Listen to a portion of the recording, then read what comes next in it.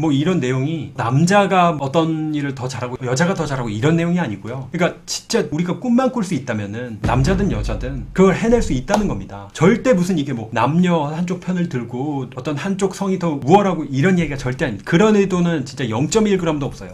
여러분이 지금 반드시 하셔야 될 게 있습니다. 구독, 좋아요, 도전 골든벨까지 해주실 거죠? 여러분, 이 책에 우리가 지금까지 몰랐던 비행 조종사들만 알고 있던 그런 이야기가 나옵니다. 저도 이게 되게 궁금했어요. 여러분들도 아마 궁금하셨을 텐데, 여러분, 비행기를 조종을 하면은 비행하는 동안 계속 이거 운전을 해야 되는 겁니까? 자동차는 그렇잖아요. 근데 생각해보면은 비행 시간이 길면은 10시간 넘어요. 여러분, 미국을 가거나 아니면 저 남미를 간다고 했을 때 엄청 길거든요. 12시간 비행 이렇게 하면은, 여러분, 이렇게 오랜 시간 비행을 하면은 어떻게 합니까? 화장실 가고 싶으면 어떻게 해요? 지금 급한데 운전대 이거 잡고 있는데 여러분, 밥 어떻게 먹어? 굶어야 돼. 12시간 굶으면 어떡합니까? 그리고 또 이렇게 운전하다 보면은, 비행기 타보신 분은 아시겠지만 구름 속 갈 때는 밖이 안 보입니다. 앞이 안 보이겠죠. 그럼 조종을 어떻게 해야 돼요? 자, 그에 대한 답이 이 책에 나옵니다. 뭐냐면 오토파일럿. 여러분, 제트기에는 오토파일럿이라는 그런 기능이 있어요. 그러니까 비행 자동화 장치인데요. 일단 이륙을 하게 되면은 밖을 보면서 비행을 하는 게 아니라, 여러분, 이게 대단한 건데, 조종실 안에 계기판만 보고 비행을 한다는 거예요. 그게 가능하다는 겁니다. 창밖을 계속 보고 있을 필요가 없는 거예요. 그렇죠. 지금 뭐 차로 치면은 거의 내비게이션만 보고 가는 그런 느낌인 거죠. 맞아요. 막 구름 속에 휩싸이고 하면은 오히려 계기판이 더 정확할 수 있잖아요. 그러면 전부 오토파일럿으로 다 되냐? 그렇진 않고요. 일정 고도 이상이 되면은 오토파일럿을 킬 수가 있어요. 예를 들어서 에어버스 320 같은 경우에는 엄청 큰 비행기거든요. 100피트에 도달하면은 100피트, 33m 정도 되거든요. 33m 뜨면은 그때 킬 수 있고, 우리 많이 타고 다니는 비행기 중에 보잉 737이 있습니다. 이거 같은 경우는 400피트 넘어서면 약 120m인데 그 고도에 딱 도달하게 되면은 오토파일럿 딱 킬 수 있는 거예요. 근데 여러분, 30m, 100m 이 정도 높이는 절대 높은 높이가 아니거든요.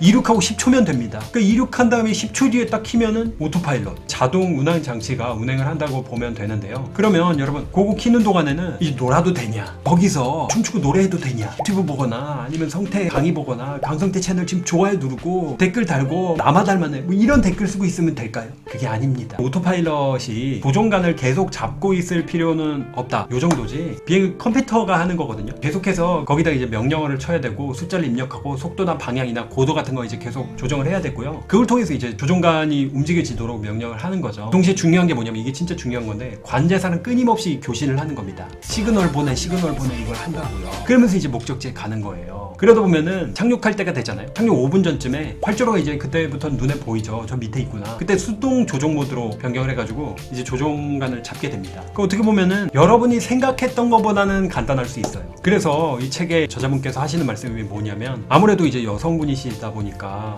여 기장님이시잖아요. 그래서 엄청 많은 사람들이 물어보나 봐요. 어떻게 여자가 기장이 될 수 있냐, 파일럿이 될 수 있냐, 그렇게 큰 비행기를 여자가 어떻게 운전하냐, 이 질문을 엄청나게 많이 받으셨나 봐요. 근데 되게 아이러니한 게 뭐냐면, 여러분, 방금 제가 그 과정을 설명드렸지만 힘을 엄청나게 쓰는 일이 없어요. 그래서 저자분께서 책에서 하시는 말씀이 뭐냐면, 흔히 이런 게 있어요. 기장과 스튜어디스에 대한 약간 편견 같은 게 존재한다는 건데, 기장은 남자고 우리가 스튜어디스는 보통 여자라는 생각을 이제 떠올리게 되잖아요. 근데 오히려 힘을 더 쓰는 건 뭐냐면, 주로 남자들이 하는 기장보다 여성분들이 하는 스튜어디스가 힘을 더 써야 된다는 겁니다. 비행기를 타보신 분들은 아시겠지만 승무원분들은 얼마나 힘듭니까? 그 오버헤드 빈이라고 하는데, 위에 수납하는 데 있잖아요. 거기에 캐리어를 막 들어가지고 올려야 되고, 수납장에다가. 그리고 그 식사할 때 카트 있잖아요. 그거 되게 무겁나 봐요. 당연히 이게 뭐 몇 기가 다 들어있으니까 페트병도 엄청 많죠. 그걸 끌고 다니고 계속 서빙해야 되고, 그리고 이게 좌석이 멀리 있으면 이렇게 뻗어가지고 한 다리로 균형 잡아야 되고, 비행하는 내내 왔다 갔다 운동량이 엄청난 거예요. 유체적 노동이 엄청난 건데, 정작 힘이 많이 들 거라고 생각하는 비행기 조종은 거의 조종관을 잡지도 않고 뭐 버튼 돌리고 손가락 2개 가지고 이 조종관을 움직일 수 있다는 겁니다.